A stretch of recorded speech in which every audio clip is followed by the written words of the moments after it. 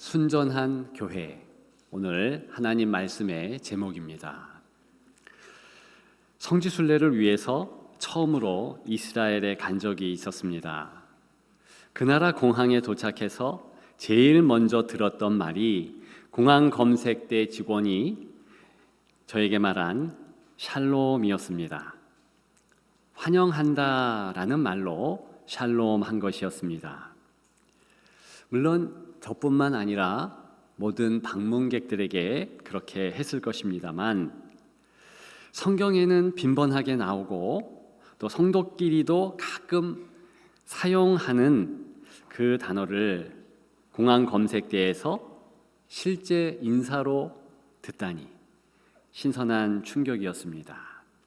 그런데 그 이후로 성지순례 내내 어디 가나 너나 할 것 없이 계속 그 단어로 인사했고 아주 질리도록 들었습니다. 그랬더니 금세 그냥 느낌 없는 인사말로 전락되더라는 것이지요. 평화라는 뜻으로 이해되는 샬롬이라는 이스라엘의 대중적인 인사말이 이 시간에 언급하는 이유는 비단 지금이 전쟁 중인 그 땅과 분쟁의 땅 한반도에 그 샬롬이 반드시 필요한 시기이기 때문만은 아닙니다. 더 중요한 것은 샬롬이라는 말의 원래 의미가 오늘 설교의 가장 중요한 포인트이기 때문입니다. 샬롬의 원 의미는요, 온전함입니다. 모자람이 없이 꽉 찬 상태입니다. 다른 말로 하면 충만함이라 말할 수 있겠습니다. 하나님께서 만드신 그 아름다운 모습 그대로, 원형 그대로 그 모습입니다. 창세기 1장 1절을 떠오르지 않을 수 없지요. 태초에 하나님이 천지를 창조하셨느니라. 하나님께서 창조하신 그 세계, 가장 멋지고 가장 꽉 찬 그런 온전한 모습일 것입니다. 그래서 그랬지요. 우리 하나님께서는 창조하신 이후에 보시기에 좋았더라. 이야, 좋다. 이런 감탄사를 계속 연발하셨다는 것입니다. 오늘 본문의 말로 그러한 상황, 그러한 아름다운 모습을 표현한다면 순전함입니다. 17절이지요. 순전함으로 하나님께 받은 것 같이, 바로 이 순전함이 꽉 찬 모습, 아름다운 모습, 원래 모습, 온전한 모습을 의미하는 것입니다. 그렇기 때문에, 온전하기 때문에 당연히 평화의 무드입니다. 당연히 거기에는 기쁨이 샘솟듯하지요. 감사가 절로 나오고요, 감탄이 연달아 바라게 되는 바로 그 모습이라는 것입니다. 오늘 말하려고 하는 그런 온전한 교회, 순전한 교회는 꽉 찬 교회입니다. 결론적으로 먼저 말씀드리면 주님으로 꽉 차고 생명의 향기로 꽉 찬 그런 교회입니다.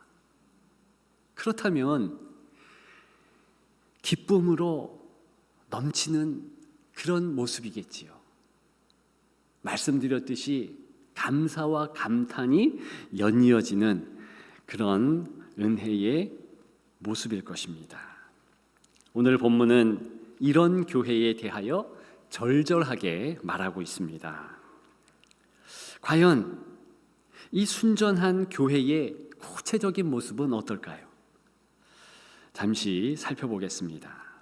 첫째로 천리길도 동행하는 교회입니다.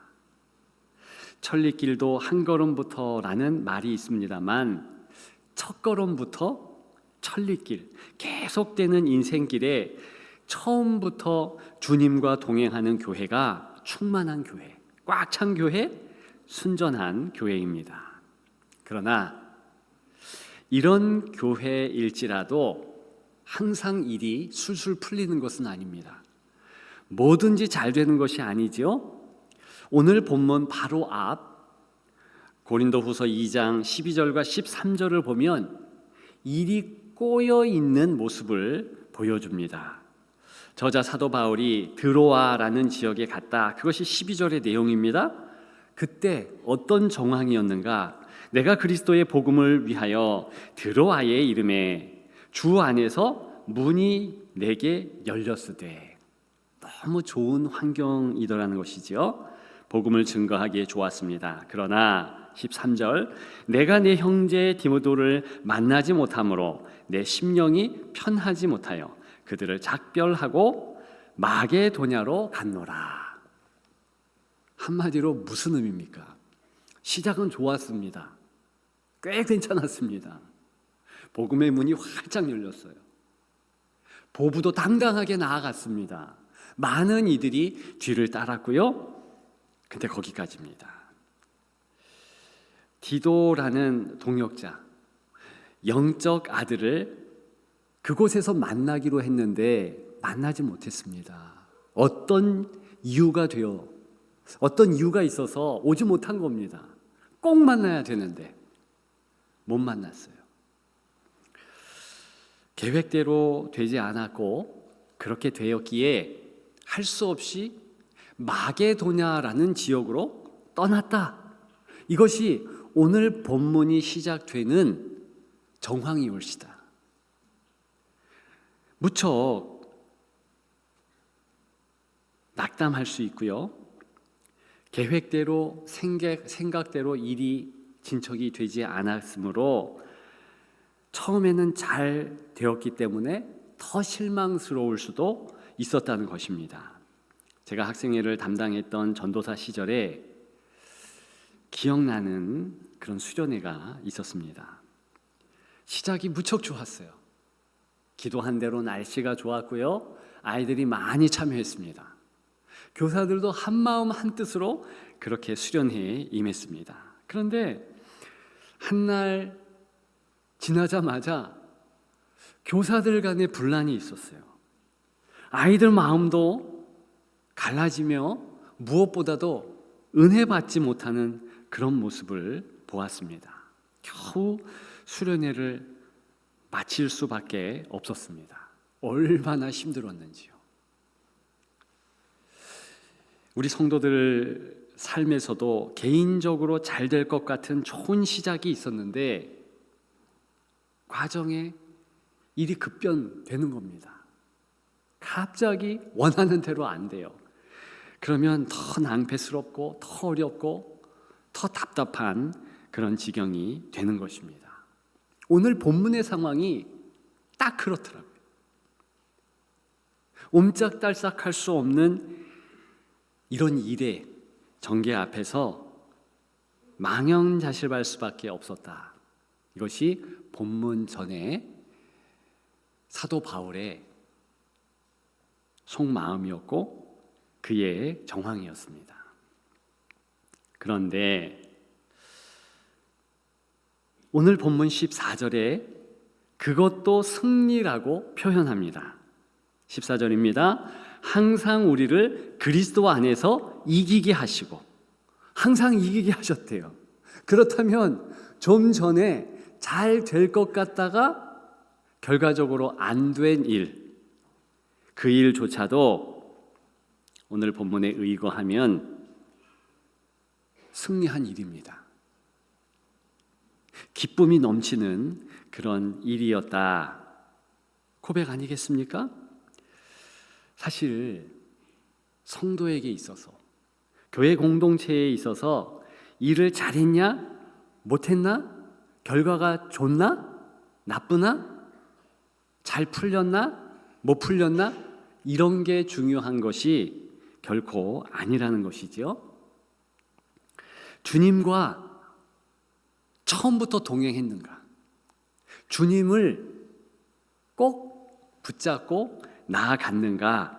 하나 되었으면 그 모습이 승리했다는 모습, 그것으로 오늘 본문은 결론 짓고 있다는 것입니다. 다시 얘기해서 우리가 뭘 하는 거, 그 doing이라고 그러잖아요. 그게 아니고 being이라는 거죠. 존재라는 것입니다. 어떤 상황, 어떤 일이 되었든지 거기에 예수 그리스도, 주인된 그분과 우리가 하나가 되어 그렇게 나아갔다면, 그러면 그것은 그 모습 때문에 일의 결과와 상관없이 승리라는 것입니다. 제가 금요 성령 집회 때에 그런 말씀을 드렸습니다. 성경에서 복 받아라 그렇게 말하는 때가 성도들에게 가장 좋은 때인데, 그 복 받는 모습이 무엇인가? 그것은요, 놀랍게도 두 손을 들고 무릎을 꿇는 그 모습 자체가 복이라는 것입니다. 여러분, 그냥 그 모습만 생각해 보십시오. 그거 낭패의 모습 아닙니까? 손을 들어서 누가 전부여 의지 없어서 손 들고 옵니다, 이런 노래를 부르면서, 이런 찬양을 부르면서 혼자 눈물을 흐르고 있는 그런 모습, 그게 어떻게 기쁨의 모습이겠습니까? 제가 어릴 때 저희 어머니를 통해서 그 모습 많이 봤고, 교회 권사님들이 그 찬양 부르면서 많이 운 것을 보았거든요. 근데 그 모습을 보면서 어린 저에게 드는 그런 생각은, 글쎄 지금 생각해 보면 가련함 그 자체였습니다. 어린데도 불쌍해서 저도 눈물이 흐를 수밖에 없더라고요. 그러면 그 자체가 무슨 복받는 모습이겠습니까? 여러분, 그런데 정말 성경은 우리가 원하는 복의 내용이 아니라, 그 복의 내용은 무엇이겠습니까? 물질, 건강, 장수, 또 동양권의 오복 가운데 유호덕, 덕이 많은 거, 그래서 칭찬하는 그런 상황, 그 복의 내용을 우리가 좋아하지 않습니까? 추구한다고요. 그런데 정작 성경은 그게 복이 아니고 하나님을 향하여서 부복하고 손을 드는 그 자세 자체가 복이라. 이유가 있습니다. 바로 그때의 하나님의 제스처입니다. 하나님의 모습이죠. 그 모습 그냥 두지 않으시고 하나님께서 마치 젓가락이 짝이 있어 두 개 함께 하듯이 하나님께서 그래 내가 네 짝 될게 그러면서 두 손을 번쩍 올리고 축복하는 그 모습, 바로 그 이미지가 정확한 성경의 복의 이미지라는 것입니다.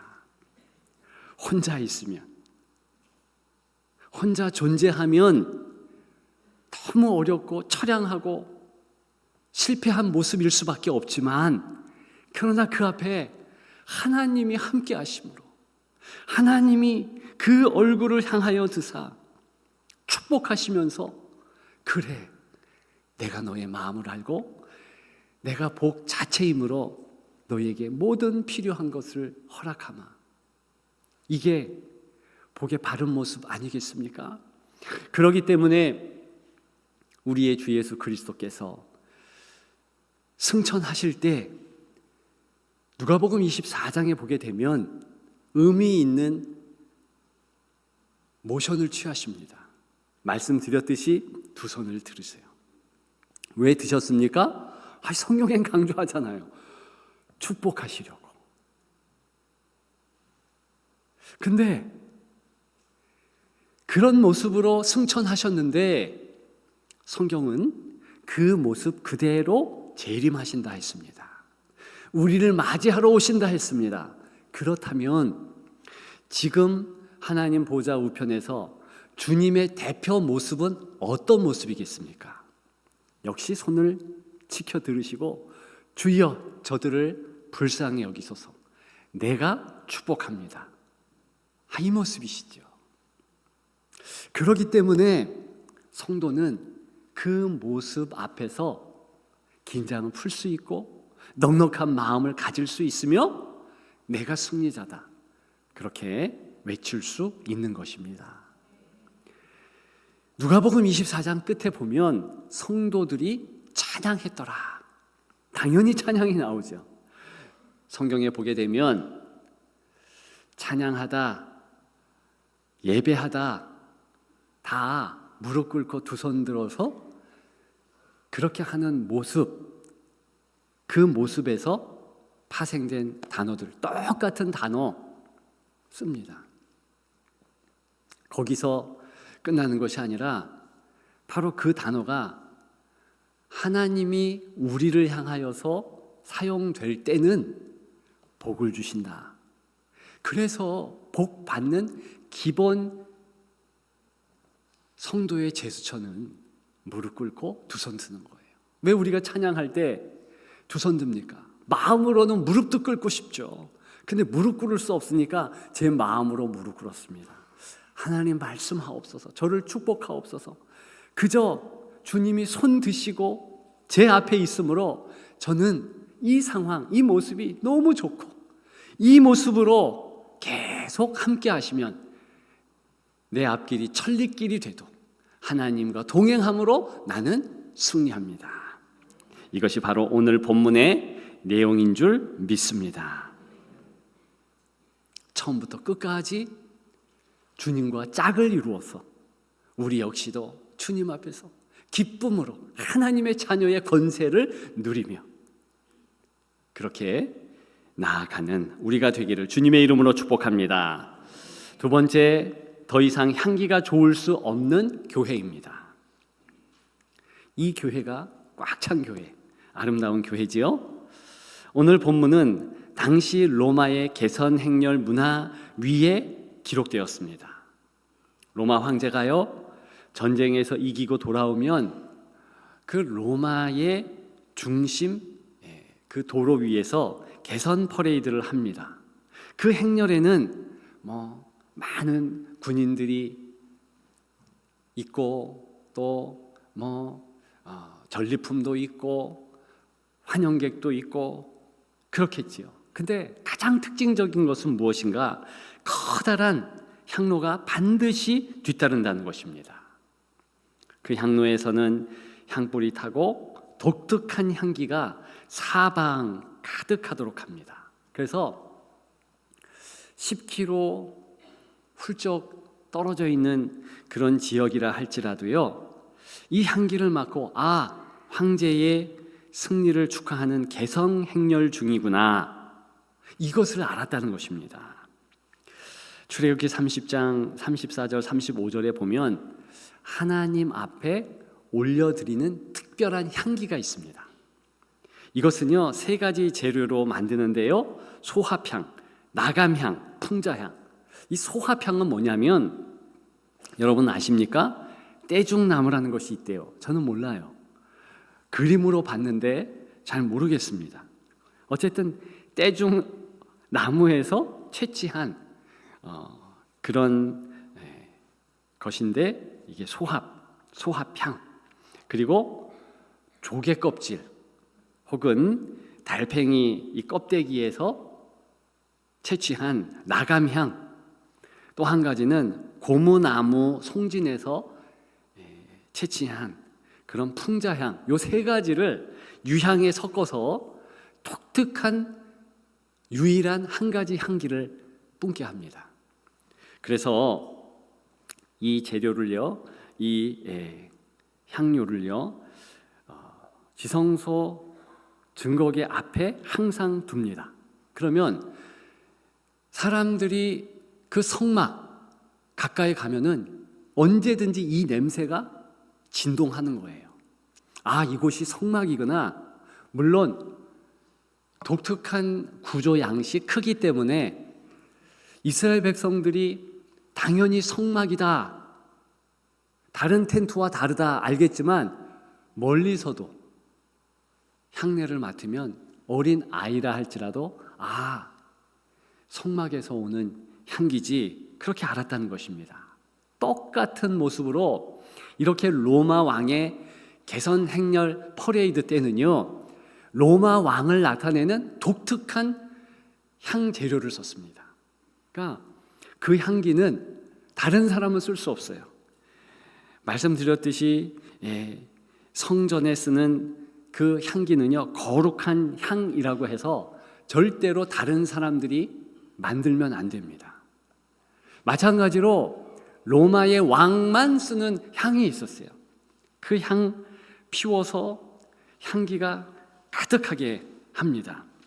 왜 그런 향내를 피웠을까요? 먼저는요 오랜 전투에서 초래된 악취를 제거하기 위함입니다.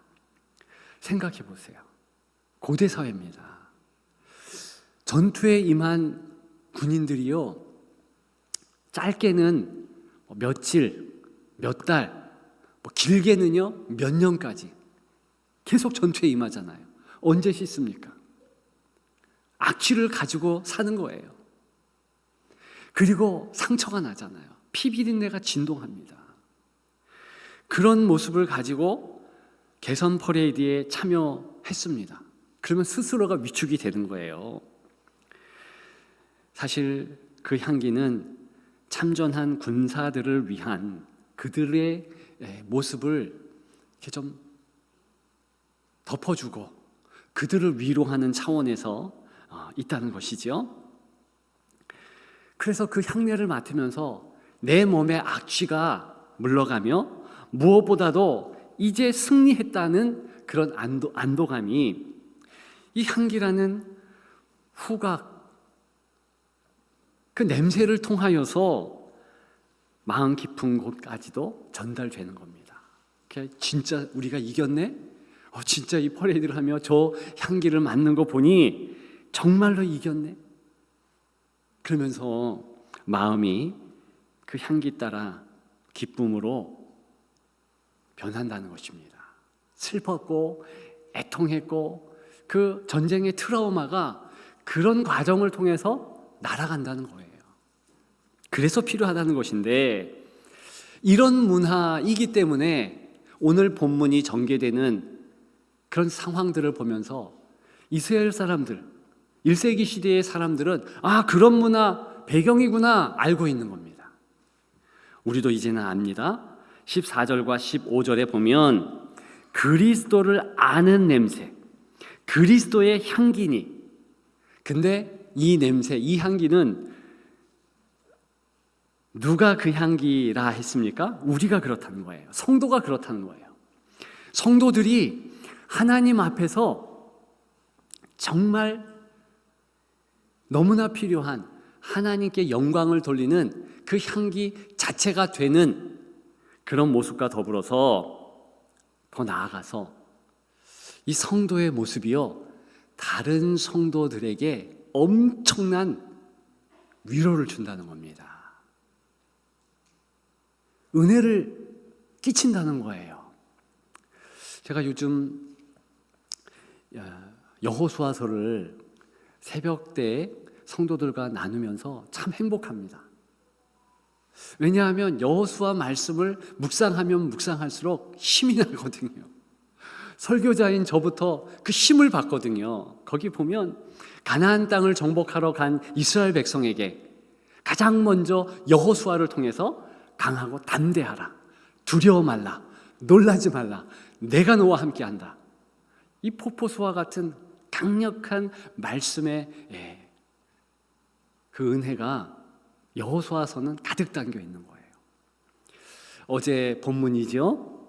거기 보니까 여호수아서 3장에 드디어 가나안 땅을 건너가게 되었습니다. 그런데 바로 건너가지 않고 가나안 땅 바로 앞에 요단강 바로 그 전에 멈추어서 3일 동안 유숙하는 거예요.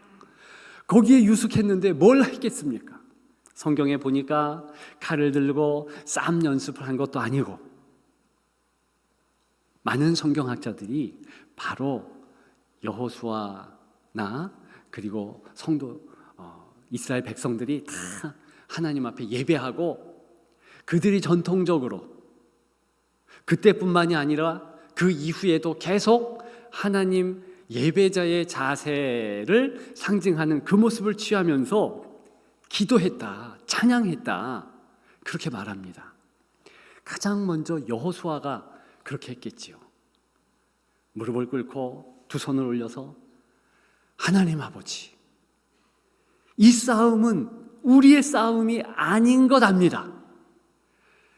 하나님께서 개입하셔서 하나님이 앞서 가시면 우리는 이 거룩한 전쟁에서, 이 성전에서 이길 줄 믿습니다. 예, 그렇게 3일 동안 기도하고 담대하고 확실한 마음이 들 때까지 무릎을 꿇은 거죠.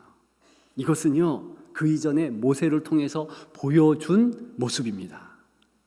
여러분, 아말렉과의 광야에서 첫 전투 기억하십니까?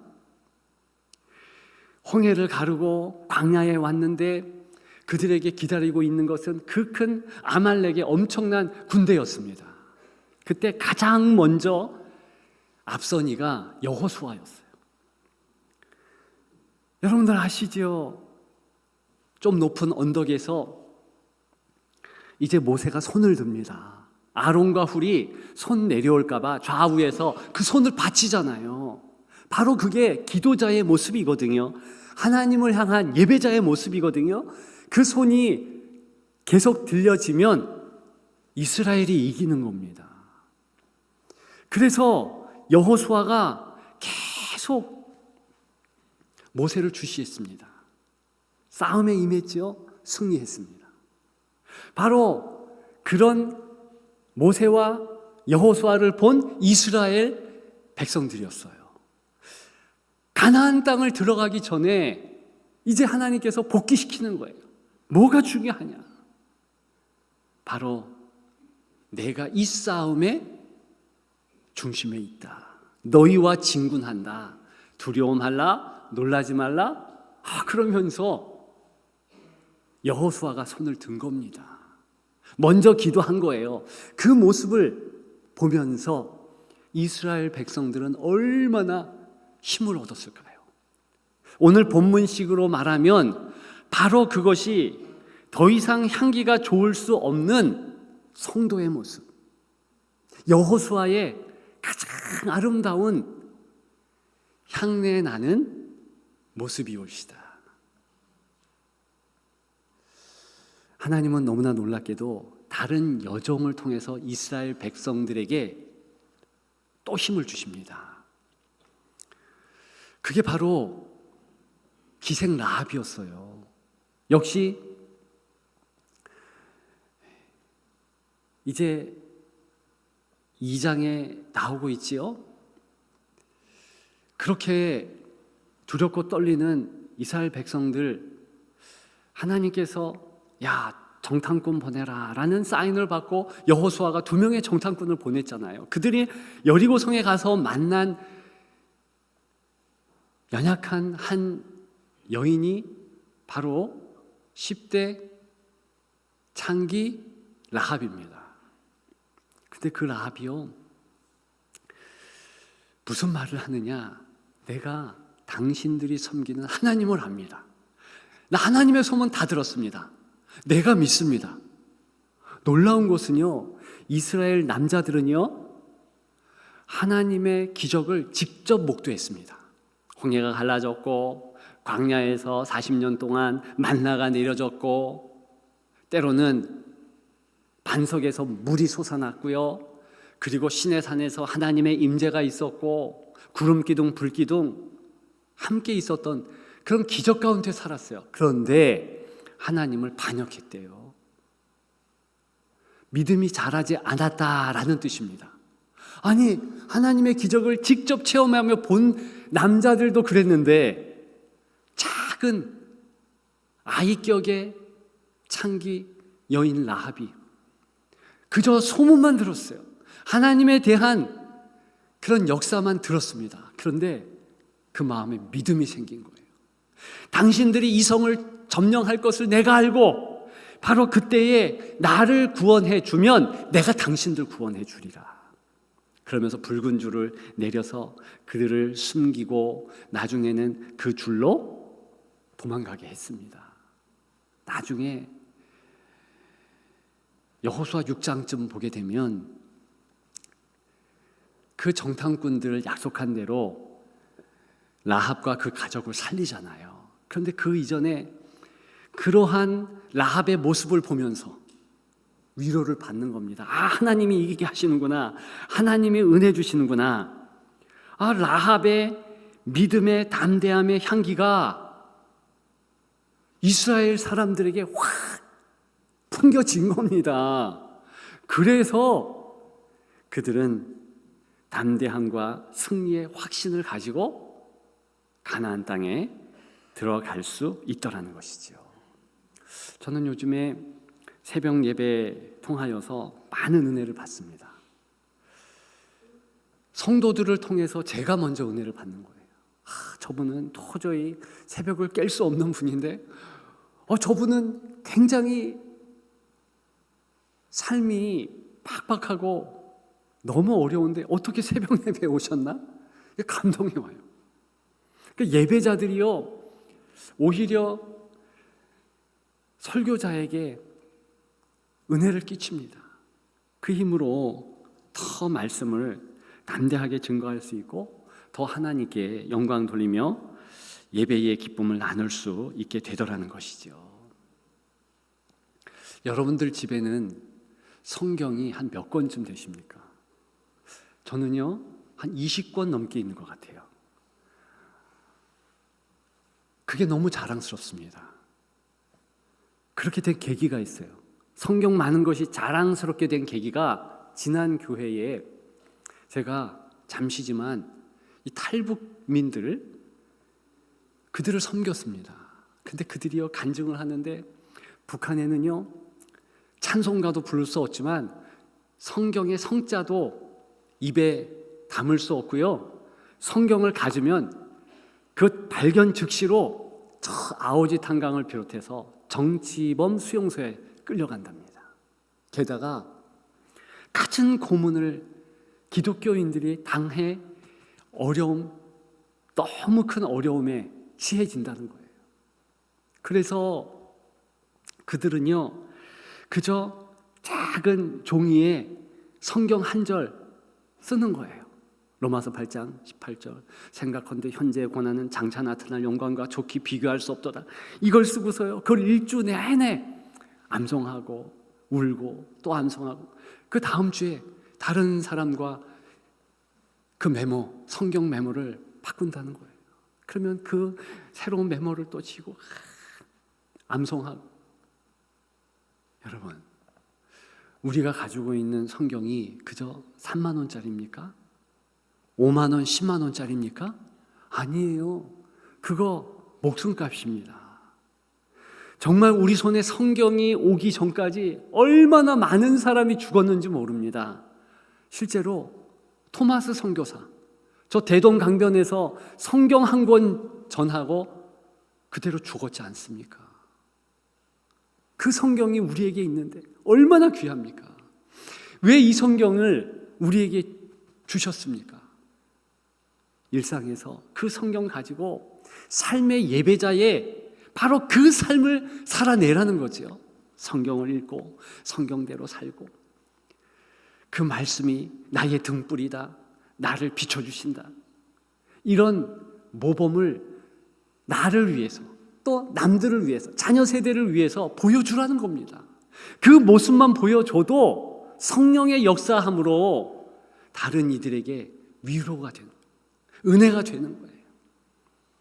탈북인들이요 다른 데 은혜 받는 것이 아니라 어떤 이들은 그 성경을 우리가 그렇게 귀중하게 여기는 그 성경을 홀대하는 거 볼 때 시험에 들었는데 할머니 권사님들이 나이 지극한 은퇴 장로 안수 집사님들이 그 성경을 그렇게 품고 그렇게 암송하면서 보는 모습이 너무 감격적이에요. 여러분, 그래서 저는 더 많은 성경을 갖고 싶어요. 그래서 어떤 은퇴 장로님이요, 저희의 그 마음을 아셨는지 1934년판 우리 청주에 어떤 목사님이 쓰셨던, 너무 이게 다 달아가지고요, 본인이요 스카치 테이프 붙이고 또 붙이고 해가지고 그걸 이렇게 큰 함에 담아가지고 저에게 주었습니다. 예, 그 성경을 보면서 저는 그냥 보기만 해도 은혜가 있는 거예요. 이 가로 성경 있잖아요. 여러분, 우리가 그 성경 가지고 한날 한날을 예배자로 사십시다. 그 모습 자체가 놀라운 파워를 일으키는 겁니다. 그런 여러분들 되시기를 주님의 이름으로 축복합니다. 마지막 세 번째로 생명의 향기를 더욱 소망하는 교회입니다. 16절에 보면 같은 냄새인데 사망으로부터 사망에 이르는 냄새라 했습니다. 여러분 보세요. 지금 다른 성도들에게는 생명의 위로의 향기예요. 성도의 모습이 그렇다는 겁니다. 성도의 행동이 그렇다는 거예요. 그런데 어떤 이들에게는 그게 사망의 냄새, 그렇다는 거예요. 끔찍한 냄새, 치를 떨게 하는 모습이 될 수도 있다. 쉽습니다. 로마 황제의 개선 행렬, 그때의 향기가 어떤 이들에게는 죽음의 향기예요. 적들에게는. 그리고 포로민들에게는 그렇습니다. 똑같은 모습으로요, 이 사단에게는요, 우리의 주님을 향한 예배자의 모습이요, 치를 떠는 모습이고요, 가장 싫어하는 영적 향기예요. 그저 평범한 세상 사람들은 또한 어떻습니까? 죽음의 냄새로 여깁니다. 사도행전 16장 보게 되면 좀 전에 제가 드로아라는 지역을 얘기했잖아요. 그 16장에 또 나옵니다. 근데 이 드로아라는 지역은 참 특별해요. 사도 바울에게 있어서 특별하다는 겁니다. 이 사도 바울이요, 오늘 본문의 배경으로는 드로아에 가서 활짝 복음의 문이 열렸는데 지금 한 사람 때문에 꼬이게 되고 그래서 마게도냐라는 지역으로 떠났잖아요. 근데 사도행전 16장에도 비슷한 사건이 일어납니다. 드로아에 갔는데 가자마자 환상을 본 거예요. 마게도냐 유럽 사람이 손짓하는 거예요. 와라, 와서 도우라. 그 모습을 보고 깜짝 놀라서 그 드로아에 풀어놓은 여장을 다 다시 챙기고요, 훌쩍 떠납니다. 그래서 어디로 갔느냐? 빌립보 갔잖아요. 그래서 드로아는 참 재미있는 지역이에요. 아무튼 그렇게 해서 빌립보라는 지역에 갔는데 너무 어려워. 오늘 같이 나눈 첫 번 교훈이 있죠. 일이 잘 안 되고 꼬이고 해도 그리스도께서 함께 하시니까 승리하는 그런 정황 아닙니까? 똑같이 빌립보에서 일이 꼬임을 경험했습니다. 그것도 승리하는 일이지요. 근데 너무 꼬여서 두드려 맞고 감옥에 갔어요. 거기에서 너무 맞은 그날에 이 전도 일행들은 찬양을 합니다. 그랬더니 성경에 보니까 옥토가 흔들리고 옥문이 활짝 열렸어요. 깜짝 놀란 것은 간수장과 간수죠. 잠자다가 흔들리는 것을 보고 죄수 탈옥했을까 봐 쫓아갑니다. 아니나 다를까 옥문이 활짝 열렸어요. 그 모습을 보고 칼을 빼듭니다. 자결을 하려고 그래요. 왜요? 중죄인이 도망을 가면 대신 그 죄를 담당해야 되고 그 안에는 사형수도 있었으므로 자기가 죽을 수밖에 없어요. 당연히 죽으리라 하면서 죽으려고 하는 그 찰나에 사도 바울이 아니요, 우리 여기 있습니다. 죽지 마시오. 자, 여기까지 보게 되면 사도 바울의 찬양했고 그 이전에 뭐한 행동들은 죽음의 모습, 영적으로는 죽음의 향기인 거예요. 안 믿는 이들에게는 그렇게 보입니다. 그래서 막 때리기도 하고 저주를 퍼붓기도 했습니다. 그런데 계속 그렇게 하나님의 그 사랑의 모습으로 복음을 증거하며 나아갔더니 갑자기 그런 경험을 하면서 이 간수장이 뭐라고 이야기하느냐, 어떻게 하면 당신과 같이 담대함을 얻으며 어떻게 하면 당신이 얻은 구원을 얻습니까? 바로 그렇게 질문했을 때 그 유명한 사도행전 16장 31절 주 예수를 믿으라 그리하면 너와 내 집이 구원을 받으리라 하고 이 말씀이 기록된 거예요. 바로 이 지점에서 죽음의 향기가 생명의 향기로 바뀌는 것입니다. 이것을 소망하는 교회, 그 교회가 꽉 찬 교회, 온전한 교회, 순전한 교회예요. 이러한 모습을 소망하면서 나아가는 성도가 가장 아름다운 하나님 앞에서의 성도의 모습이라는 것이죠. 그런 교회, 그런 여러분 되기를 주님의 이름으로 축복합니다. 이제 말씀을 맺으려고 합니다. 하나님을 향한 기쁨이 타의 추종을 불허하는 교회가 우리 교회 되기를 소망합니다. 순전한 교회 되면 되지요? 여러분 각 개인도 그렇게 되기를 소망합니다. 순전한 성도가 되면 되지요? 그래서 혼탁한 이 시대에 탁월한 하나님의 신부되는 성도들 더욱 그렇게 되시기를 주님의 이름으로 축복합니다. 축복합니다.